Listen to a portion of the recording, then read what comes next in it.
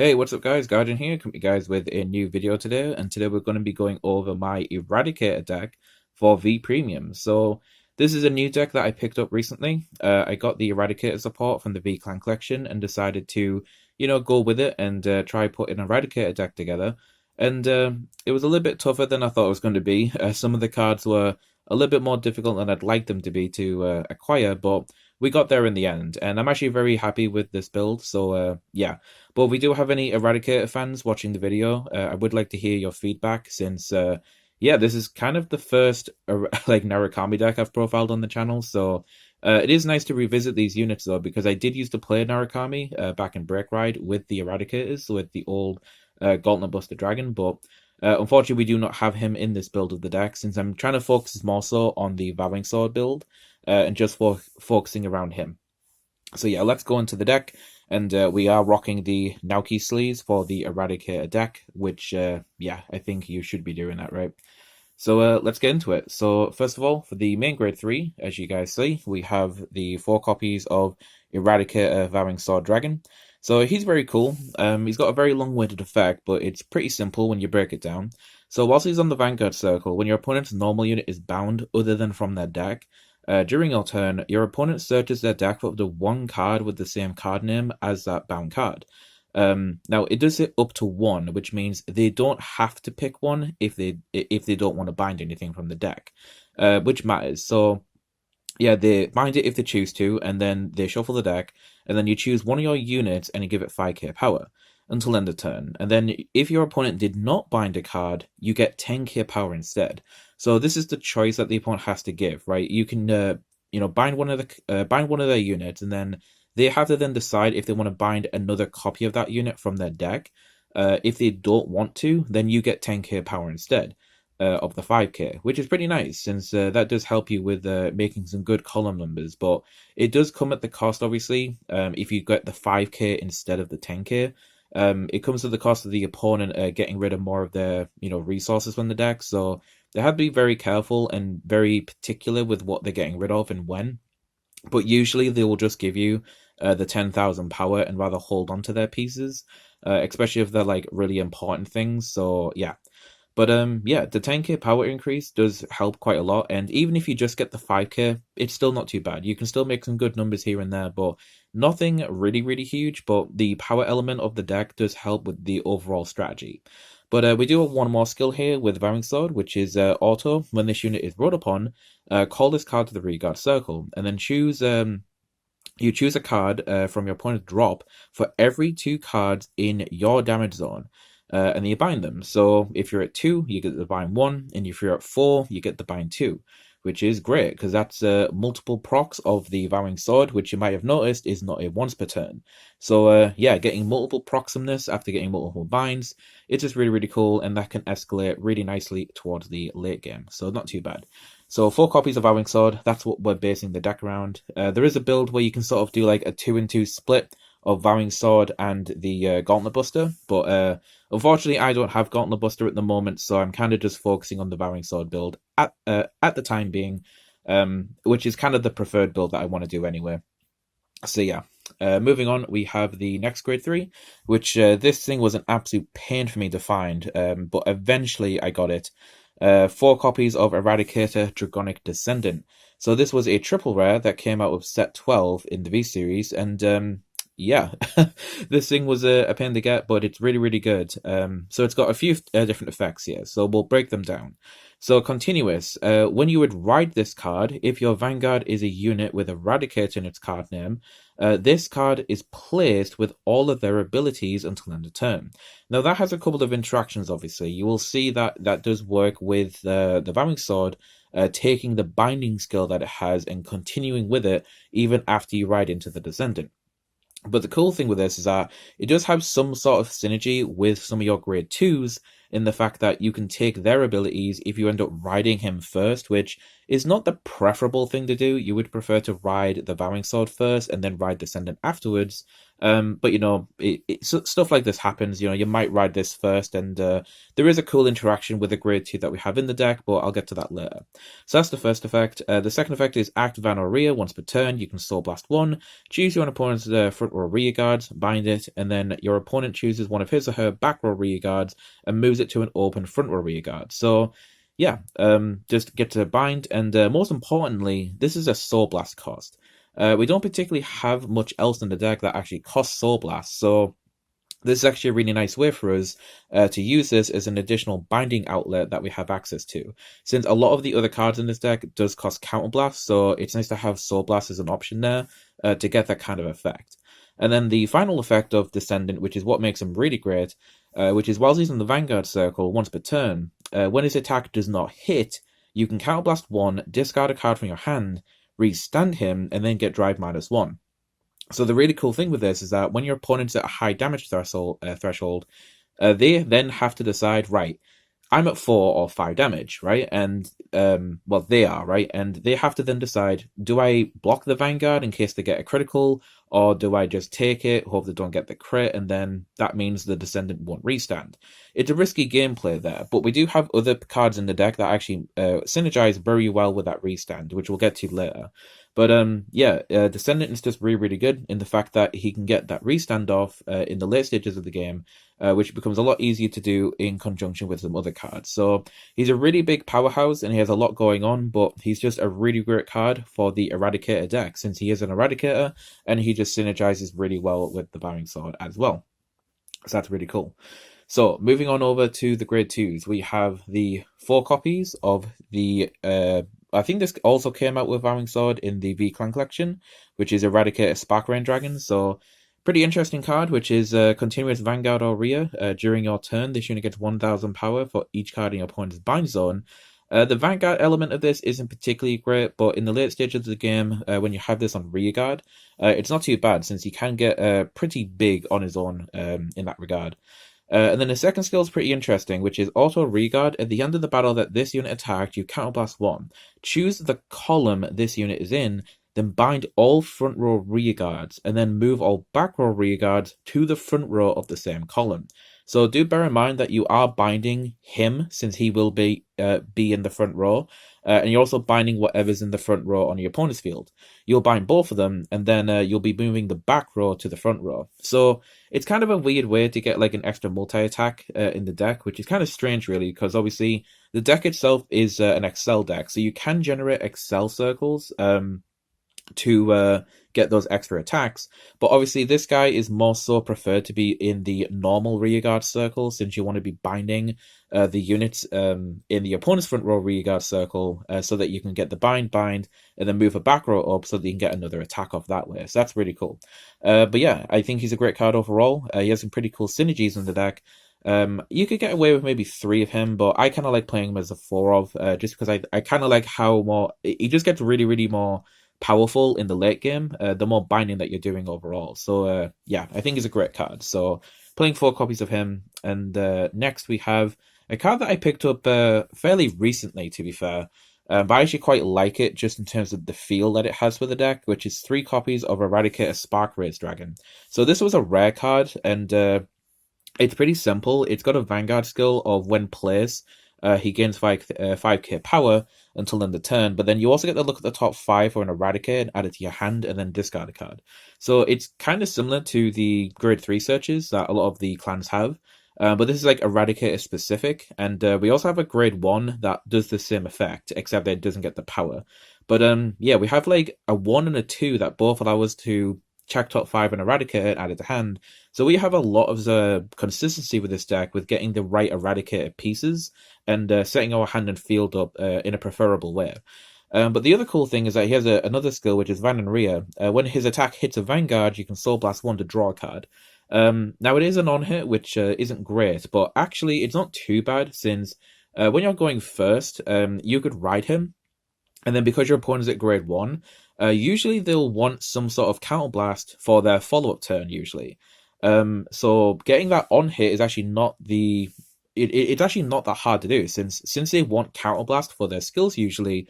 They'll have to consider letting this hit usually on that early game, and then in the late game, it's not as good in the late game since it's kind of difficult for it to get a good power threshold to get that on hit reliably off. But the opponent does have to worry about this constantly all the time, and it is another soul blasting effect, which, like I said, Descendant is one of the cards that soul blast, but this is like an alternative thing that we can use if it does come up.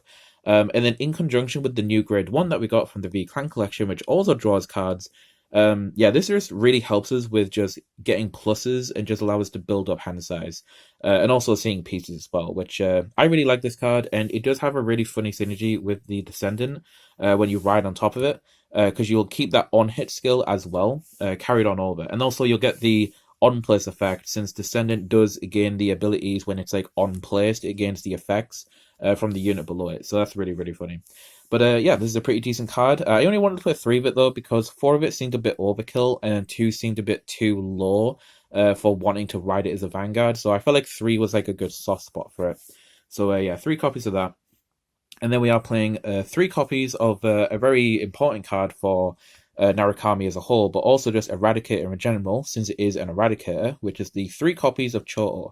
Now, I know this card is back at 4, but this guy is pretty expensive for his costs. Both of them are a counterblast, but basically it's an on-place, the first effect at least, when on Vanguard to bind one of your opponent's front row rear guards and then move a back row to that rear guard circle. So that's a counterblast, but the main effect that you like him for is the restand, which is 1 rear once per turn. At the end of the battle that your Vanguard attacked, if your opponent's front row has no rear guards, you can counterblast and stand this unit. So the great thing with him is that you can put him on an Excel circle, B14K, and then this is where the power allocations from like the Vowing sword effect come in really handy, since if you get one allocation of 10k power, then the Choho will be swinging for like 24 and then restand for 24, like without triggers kept in mind, right?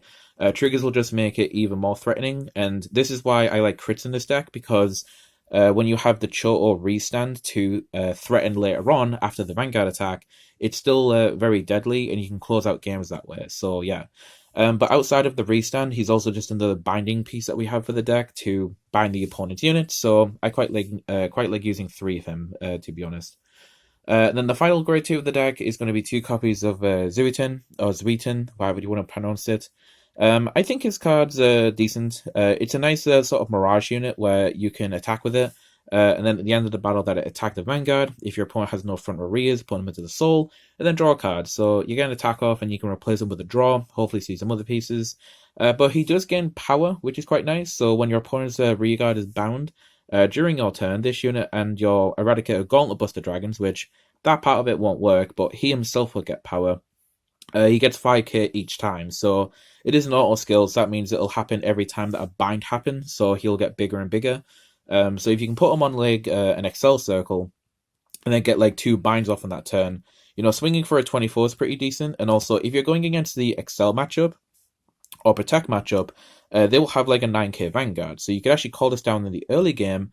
And usually, because decks don't really have a field in the early stages of the game, usually you might find opportunity that they haven't called a front row rear guard anywhere, and you can just attack with this, get a poke, and then suck it into soul to then get a draw. So that allows you to then, you know, dig through your deck to see pieces hopefully and get some setup going. So I quite like 2 of this. You could play maybe 3, but in terms of the ratios of the other cards, I felt like 2 of this was fine. So 2 copies of Zuitin. And then for the grade 1s, we have a really, really good card, and this card is going to be used in a lot of Narukami decks, which is 4 copies of Eradicator Demolition Dragon. So this card is pretty insane. So Vanguard, at the end of the battle that this unit attacked or boosted, if it hit, you draw a card, and then you choose up the 1 card from your opponent's drop zone and bind it. If you bound a card, and this unit's on the rear guard circle, you put them into your soul. So the main thing about this, which is important, is that you get the draw, obviously, from an on-hit or an on-boost that he does. But it's also, you choose up to 1 card. So you can choose to bind nothing, and then you don't have to get rid of him from the rear guard circle. You could just keep him. So yeah, this is really cool, because it basically gives you constant on-hit pressure to keep drawing, which is something that I feel like Narukami, especially Eradicator, is like, in terms of the toolkit that Eradicator has had, it's definitely very, very useful. So yeah, the on-hit draw is very good. and you can combine that with the grade 2 that I showed you earlier, the Spark Rays, you could potentially have an opportunity to get like an on-hit draw 2, which is, at that point the opponent will probably block that, maybe use like a Heal Guardian or something, or a PG to prevent that, since a draw 2 is pretty good. But I think having the constant on hit pressure to get draws is really nice. And later stages in the game, if you care more about the binding element of this card, you do have that option to put it into the soul to get a bind from the drop zone. Maybe get rid of like important pieces, say against like a Grand Blue deck, for example, or any other drop zone focused decks. Get rid of those resources, bind them, and then get some power from the Vowing Sword, which is pretty cool. So yeah, very, very good card. I can definitely see this being used in a lot of Narukami decks. All right, and next we have the card I was sort of talking about before, which is the Eradicator Searcher. So this is on place on Vanaria. You look at top 5 for an Eradicator, add it to hand, and then discard a card. It's very simple, but it's also very effective. It's just more consistency and, seeing your pieces. So 4 copies of the Nusku. Very, very cool card. And it's got a foil reprint as well, which is nice.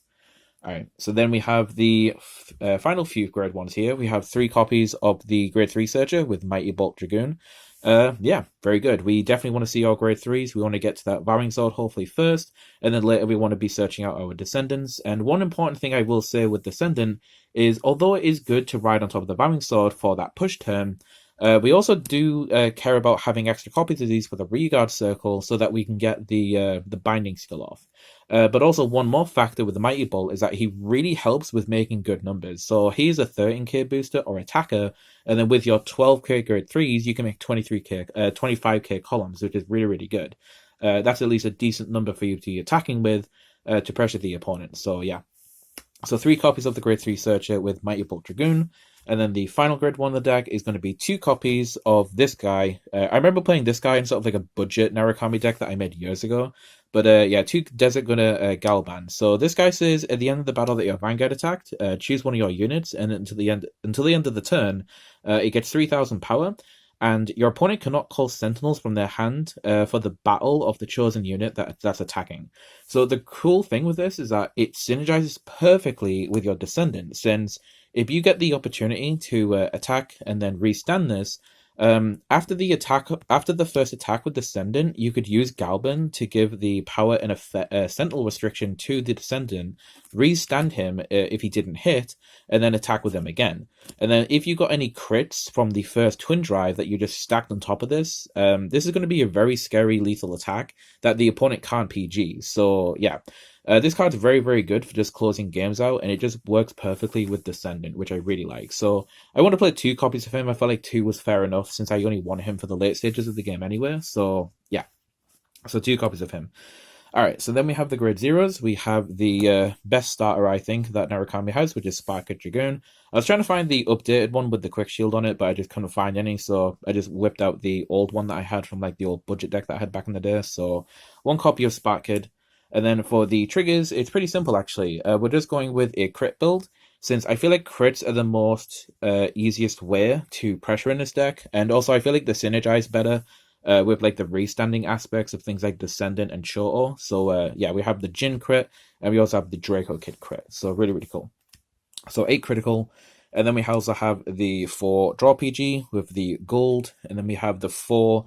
Heal Guardian, the brand new Heal Guardians, which is a Blitz Knuckle Dragon, which kind of looks like an Eradicator, but he does have the Eradicator name, unfortunately. But yeah, Heal Guardians, definitely going to be sticking with those for the time being for most of my V Premium decks. But yeah, that's it for the deck. So yeah, this one was a long one coming. I was trying my best to get cards for this deck, mainly the Descendant. This thing was the hardest thing for me to find, but yeah, I eventually got it, and yeah, it just works perfectly with the Vowing Sword. And like I said, you can also play a version of this deck with the Gauntlet Buster Dragon, but if you just want to play a pure version, sort of like with the Vowing Sword and the Descendant, you can also do that, but Gauntlet Buster is also a good option as well. But yeah, that's going to do it for the deck. So I hope you guys enjoyed this look into Eradicator for V Premium. It's a little bit different for the channel, obviously, since I'm usually doing videos for the Paladin decks, but yeah, this is something a bit different, also something a bit old school, so and a bit nostalgic, since Eradicators was something I played in the past. And before we wrap the video up, I just wanted to say thank you to my friend Johnny for the markers, because he gave me this Gauntlet Buster marker, and he also gave me some of these like cool Excel markers for the Excel 2. So yeah, thank you, Johnny, and yeah, thank you all guys for watching. Hope you guys enjoyed, and I will catch you all in my next video. So thank you guys for watching, and I'll see you guys next time. This is Guardian 205, signing out.